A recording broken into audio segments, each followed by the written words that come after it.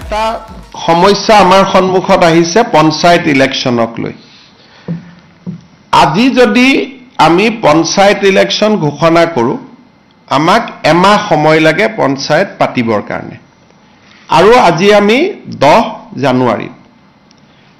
জানুৱাৰীত আজি গধূলিলৈকে এতিয়া আমি বহি আছো গোটেই কেবিনেটখনে যে উচ্চ ন্যায়ালয়ৰ যিগৰাকী ন্যায়াধীশ মহামান্য তেখেতে কোৰ্টত আজি ঘোষণা কৰিছিলে যে আজিৰ ভিতৰত তেওঁ জাজমেন্টটো দিব কিন্তু এতিয়ালৈকে আমি বহি আছো জাজমেন্টটো অহা নাই গোটেই কেবিনেটখনে ইনফেক্ট 3 ঘণ্টা সময় আমি বহি আছিলো যে জাজমেন্টটো আহিব অলপ পিছত আহিব এতিয়া আহিব এনেকে আমি অপেক্ষা কৰি আছো ইনফেক্ট দিনৰ 2টা বজাৰ পৰা আমি অপেক্ষা কৰি আছিলো সাধাৰণতে চৰকাৰসমূহে পঞ্চায়ত পাতিব নোখোজে যে আমি পঞ্চায়ত নাপাতো ইমান ইলেকশ্যনত আমি ৰিস্ক নলওঁ বিশেষকৈ বিধানসভাৰ নিৰ্বাচনৰ আগে কোনো চৰকাৰে পঞ্চায়ত পাতিব নোখোজে আমি পঞ্চায়ত পাতিবৰ কাৰণে উদ্গ্ৰীৱ হৈ বহি আছো কিন্তু এই পৰ্যন্ত মই অলপ আগতে মহা অধিবক্তা দেৱজিৎ শইকীয়াক টেলিফোন কৰিছিলো তেওঁ কৈছে যে এই সময়লৈকে জাজমেন্টটো ডিক্টেশন হৈ আছে জাজমেন্ট অহা নাই বা যি ধৰণৰ কথা আজি যদি ৰাতি 12টাৰ আগতে আমি জাজমেন্টটো নাপাওঁ পজিটিভ বা নেগেটিভ যি নহওক তেতিয়াহলে আমি পঞ্চায়ত ইলেকশ্যনটো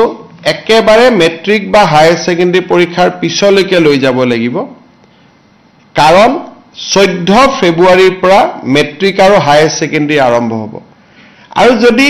এবাৰ ইলেকশ্যন কৰিলে একমাহ সময় লাগে নটিফিকেশনৰ পৰা আৰু দুটা ফেজত কৰিলে আজি হল 10 তাৰিখ 10 ফেব্ৰুৱাৰীত এটা হ'ব পাৰে 12 ফেব্ৰুৱাৰীত এটা ইলেকশ্যন হ'ব পাৰে কিন্তু আজি যদি ৰাতি 12টাৰ আগতে যদি হাইকোৰ্টৰ পৰা অৰ্ডাৰটো ওলাই নাহে আৰু পিছৰ 10 দিনো হাইকোৰ্ট বন্ধ আছে গতিকে তাৰ পৰিপ্ৰেক্ষিতত মই ভাবো যে পঞ্চায়ত ইলেকশ্যন পতাটো অসম্ভৱ হৈ পৰিব কাৰণ মেট্ৰিক আৰু হাই সেকেন্ডাৰী পৰীক্ষাৰ মাজত পঞ্চায়ত ইলেকশ্যন পাতিব পৰা নাযাব গতিকে যি সকলে মোক সুধি আছে যে পঞ্চায়ত ইলেকশ্যন কেতিয়া হ'ব মোৰ উত্তৰ এইটোৱে যে চৰকাৰে আজি 3 দিন ধৰি আৰু কেছবিলাক হৈছে অকল এটা কৰিমগঞ্জ জিলাৰ 19খন পঞ্চায়ত লৈ বাকি অসমখন ইয়াৰ লগত জড়িতই নাই কৰিমগঞ্জ জিলাৰ 19খন পঞ্চায়ত লাগিলে কৰিমগঞ্জ জিলাত ইলেকশ্যন নাপাতিলেও হৈ গ'লহেঁতেন বাকি জায়গাখিনিত ইলেকশ্যন পাতিব আমি অনুমতিটো পালে আমি ইলেকশ্যন পাতি দিলোহেঁতেন এই 12টা বজালৈকে আমি অপেক্ষা কৰিম কিন্তু আজি যদি ৰাতি 12টা বজাৰ ভিতৰত যদি নাহেগৈ হাইকোৰ্টৰ পৰা তেতিয়াহলে মই ভাবো যে মেট্ৰিক আৰু হায়াৰ সেকেন্ডাৰী পৰীক্ষাৰ আগত ইলেকশ্যন হোৱাটো অসম্ভৱ হৈ পৰিব আৰু এই ইলেকশ্যনো পিছুৱাবৰ কাৰণে কোনে লাগি আছে কংগ্ৰেছ দলৰ কৰিমগঞ্জ দলৰ প্ৰাৰ্থী হাফিজ ৰফিজ আহমেদ চৌধুৰীয়ে গোটেই কেছটো কৰি আছে আৰু তাৰ পৰা বুজা যায় যে গোটেই পঞ্চায়ত ইলেকশ্যন খেলিবৰ বাবে হাফিজ ৰফিজ চৌধুৰী আৰু তেওঁৰ সংগীসকলে সাহস কৰিব পৰা নাই আৰু সেই কাৰণে কেছটো কৰি পেলাই পঞ্চায়তটো পিছুৱাই আছে নিয়মমতে পঞ্চায়ত পাতিব লাগে যে চৰকাৰক বিপদত পেলাও পঞ্চায়ত পাতি দিও কিন্তু ইয়াত উলুটা হৈছে যে বিৰোধী পক্ষৰ একাংশই কাৰণ হাফিজ ৰফিজ চৌধুৰী কংগ্ৰেছ দলৰ অফিচিয়েল কেণ্ডিডেট হয় আৰু আন যিগৰাকী অধিবক্তা তেওঁ কংগ্ৰেছ দলৰ দিনতে সলিচিটৰ জেনেৰেল হৈছিল দিল্লীত গতিকে দুইজন অধিবক্তাই আজিও তেওঁলোকে আৰ্গুমেন্ট 3 দিন আগত শেষ হল আজিও 2 ঘণ্টা আৰ্গুমেন্ট কৰিছে গতিকে কিহৰ কাৰণে তেওঁলোক পঞ্চায়তৰ কাৰণে সাজু হ'ব পৰা নাই মই নাজানো কিন্তু তৃণমূলত গণতন্ত্ৰ বচাবৰ বাবে এবাৰ আমি বহুত কৰিছিলো পাৰ্টি লেছ কৰি দিছিলো যে কোনো পাৰ্টিৰ হ'ব নালাগে যাতে অৱসৰপ্ৰাপ্ত শিক্ষক অৱসৰপ্ৰাপ্ত ডক্টৰ সকলোৱে যাতে ইলেকশ্যন খেলিব পাৰে ভাল পৰিৱেশ হয় পঞ্চায়তৰ পৰা দুৰ্নীতি নোহোৱা হয় কিন্তু যি নহওক আমিতো হাইকোৰ্টৰ ওপৰত মাতিব নোৱাৰো গতিকে ৰাতি 12টালৈকে অপেক্ষা কৰিম আৰু 12টাৰ আগত যদি জাজমেন্ট পাওঁ হ'ব নহলে আৰু এটো মেট্ৰিক হায়াৰ সেকেন্ডাৰী পিছলৈকে পিছুৱাই যাব তাৰ পিছতো বানপানী আহিব বা বানপানী থাকিব কি পৰিৱেশ হয় আৰু এতিয়াই ক'ব পৰা নাযাব আজি যদি 12টালৈকে মই ইলেকশ্যন কমিশনকো ৰিকুৱেষ্ট কৰিছো যে আপুনি বহি থাকক আমিও বহি আছো কাৰণ পুলিচৰ পৰা ক্লিয়াৰেন্স লাগিব কোনটো ফেজত কিমান ডিপ্লয়মেন্ট হ'ব ডিজিপিও বহি আছে চিফ সেক্ৰেটাৰীও বহি আছে আমিও বহি আছিলো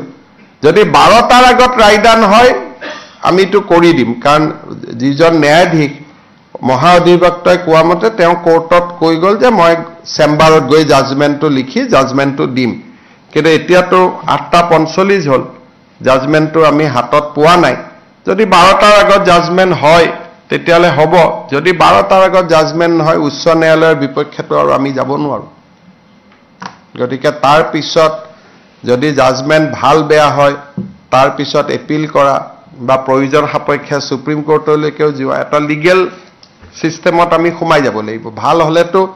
কতো যাব নালাগে বেয়া হলে আকৌ ডিভিজন বেঞ্চ সুপ্ৰিম কোৰ্ট এটা দীঘলীয়া প্ৰক্ৰিয়া এটাত আমি সোমাই যাব লাগিব অসম চৰকাৰে বিচাৰিছিল যাতে যিখিনি বিবাদিত জিলা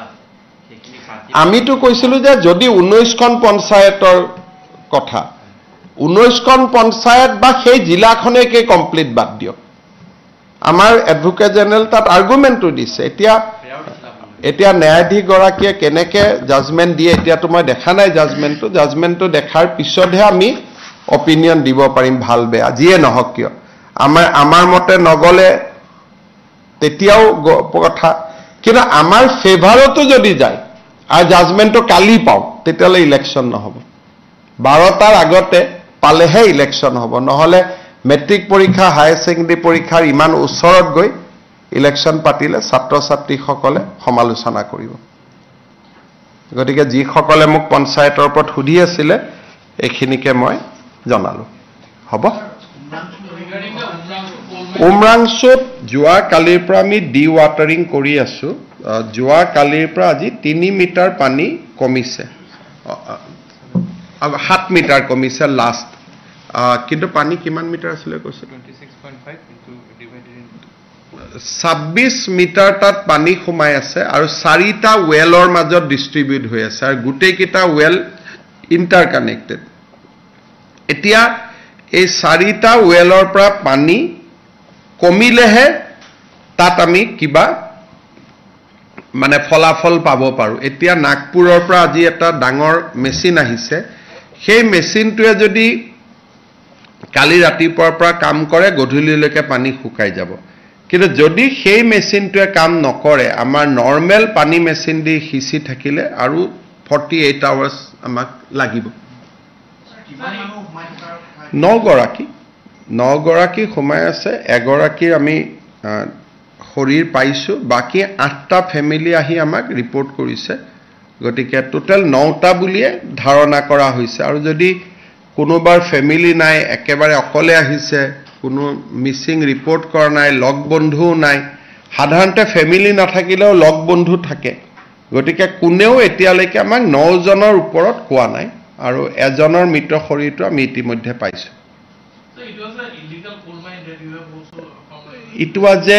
It was a abandoned mine. It was not a illegal mine. This mine was legally operated by Assam Mineral Development Corporation till 3 years back. After 3 years, 3 বছৰ কিমান দিন it was abandoned for last 12 years. So that was the first day these people entered into the well. So AMDC has abandoned all these mines 12 years back. So this is not illegal mining, it was an abandoned mine. And these people has entered that day for the first time into the mine to extract coal. Or before that there was no mining on that site. For the first day they have gone and on the first day itself they have the accident. So can we say that they entered that mine for illegal removal? They have entered the mine illegally. Can I say it is there? I have already tweeted it long back. And I have also said that police has registered the case and police arrested the person also who brought these laborers into the mine already. And I tweeted long back, 4 days ago. The name of CM Devolal Gardosa is also... On police investigation it has not come. Police investigation, Punit Nunisa has come, we have arrested him. Now this is a human tragedy. There is no need to make politics out of it. So we have to look it at as a human tragedy.